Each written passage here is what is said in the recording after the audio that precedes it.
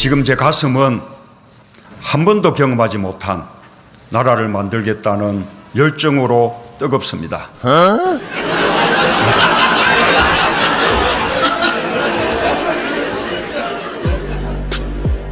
안녕하세요. 자유필름 김현지입니다. 지금은 우한 폐렴으로 인해 어려움을 많이 겪고 있는 시기인데요.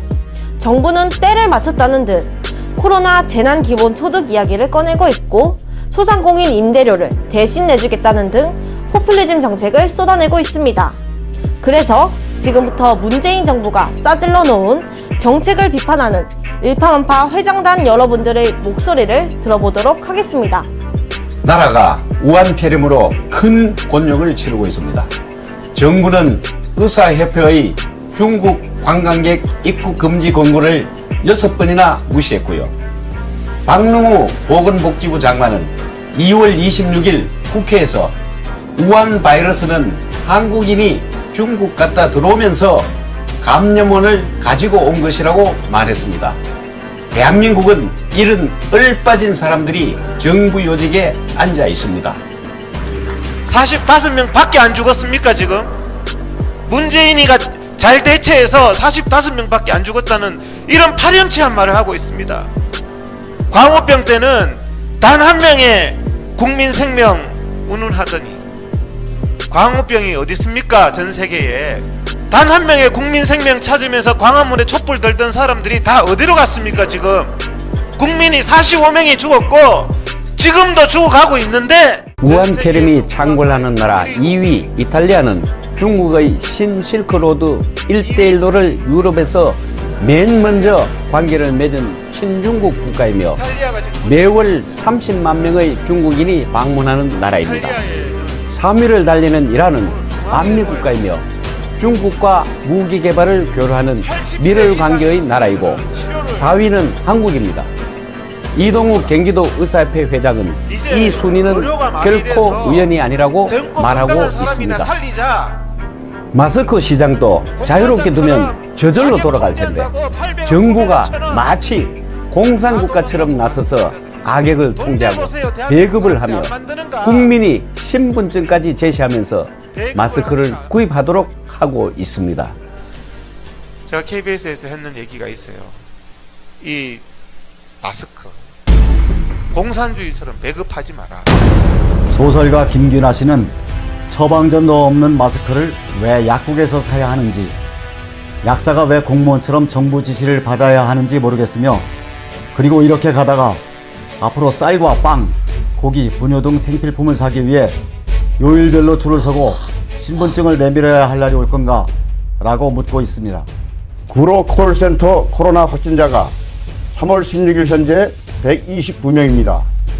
마주한 건물에는 국민건강관리공단 외국인 전용 사무소가 있어서 하루 종일 90% 이상의 중국인들이 우글우글하다고 합니다.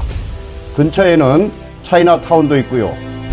그런데 방송에서는 중국인들이 곤란한 말은 일체 안 하고 있습니다.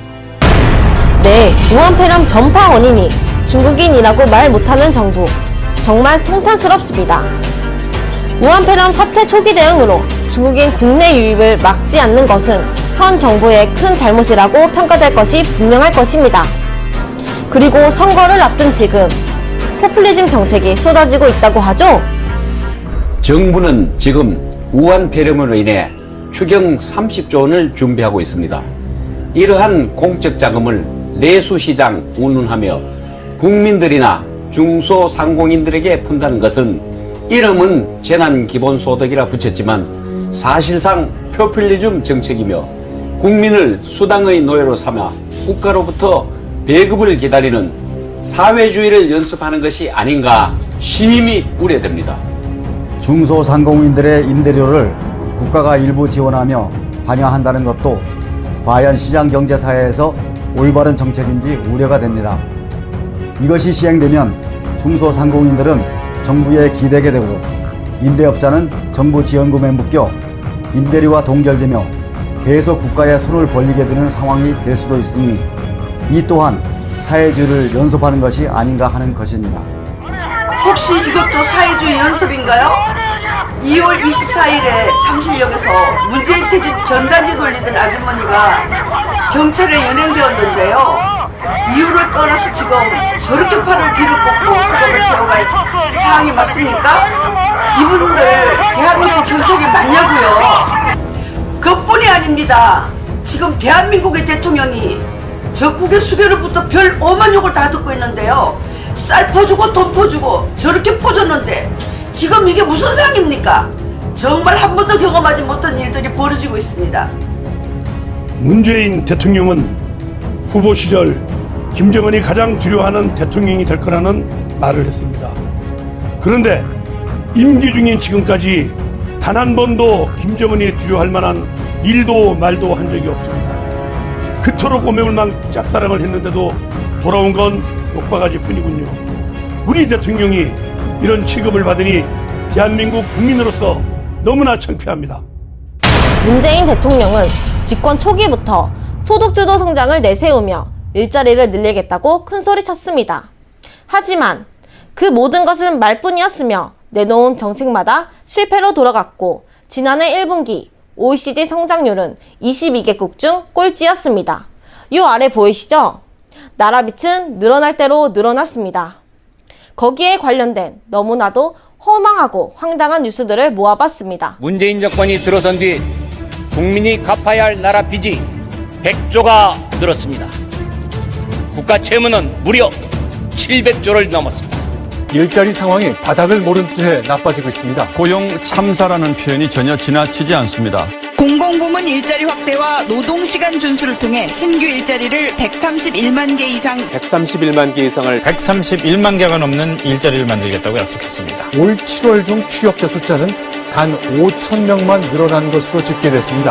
1년 전과 비교해도 60분의 1, 올 1월과 비교해도 60분의 1입니다. 이명박 정부가 4대강 사업으로 간바닥에 쏟아부은 국가 예산 22조 원이면 연봉 2,200만 원짜리 일자리를 무려 100만 개 만듭니다. 정부는 이미 지난해부터 54조 원이라는 어마어마한 일자리 예산을 투입했습니다.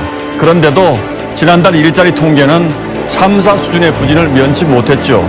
일자리 대통령이 되겠다고 일자리는 국민들에게 생명이며 일자리가 성장이고 일자리가 복지입니다. 최악의 일자리 성적표가 나오자 올해 들어 실업자 수가 100만 명 밑으로 떨어진 적이 없습니다. IMF 외환 위기 시절 이후 처음 있는 일입니다.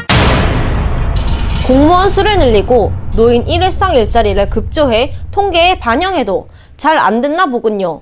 이명박 정부 시절의 4대강 예산은 왜 끄집어내셨는지요? 망신을 스스로 만드시는 모습이 안쓰럽고 딱합니다. 경제 성장의 열매가 국민 모두에게 골고루 돌아가도록 격차 해소에 주력해 양극화 해소의 큰 전환점을 만들겠습니다. 통계청이 올 1분기 가계 소득을 분석한 결과 양극화가 더 심해진 것으로 나타났습니다. 체감 실업률이 기록적으로 높아지면서 아르바이트생 등 실질적인 실업자까지 포함하는 체감 실업률은 집계 이후 가장 높게 나왔습니다. 전반적인 가계소득도 높아졌습니다. 친여권 성향인 민주평화당도 비판 대열에 가세했습니다. 문재인 대통령이 소득주도 성장을 골자로 한 경제정책을 흔들림 없이 추진하겠다고 거듭 밝혔습니다. 일부 한 개의 기업들의 고용을 줄일 가능성도 있지만 그러나 정착되면 오히려 경제가 살아나면서 일자리가 늘어난다. 최저임금 인상에 항의하는 전국의 소상공인들이 서울 광화문 광장에서 대규모 집회를 열었습니다. 재난 수준의 고용 참사로 불리는 이번 일자리 대란은 특히 자영업 분야에서 두드러진 걸로 나타났습니다. 요즘 들어 우리 경제, 특히 고용에 대한 걱정의 소리가 많습니다. 그러나 전체적으로 보면 고용의 양과 질이 개선되었습니다. 대한민국 대통령으로서 자신있게 말씀드립니다. 우리는 올바른 경제정책 기조로 가고 있습니다. 지금 제 가슴은 한 번도 경험하지 못한 나라를 만들겠다는 열정으로 뜨겁습니다. 나이가 어린 제가 봐도 현 정부는 말만 앞세우는 아마추어 정부인 것 같습니다. 잘못만 저지르면 남 탓하는 아이처럼 말이죠. 먼저 잘못을 시인하고 성장하는 모습을 제발 한 번만이라도 보여주십시오. 한 번도 경험하지 못한 나라. 마치겠습니다. 자유필름 김현지였습니다.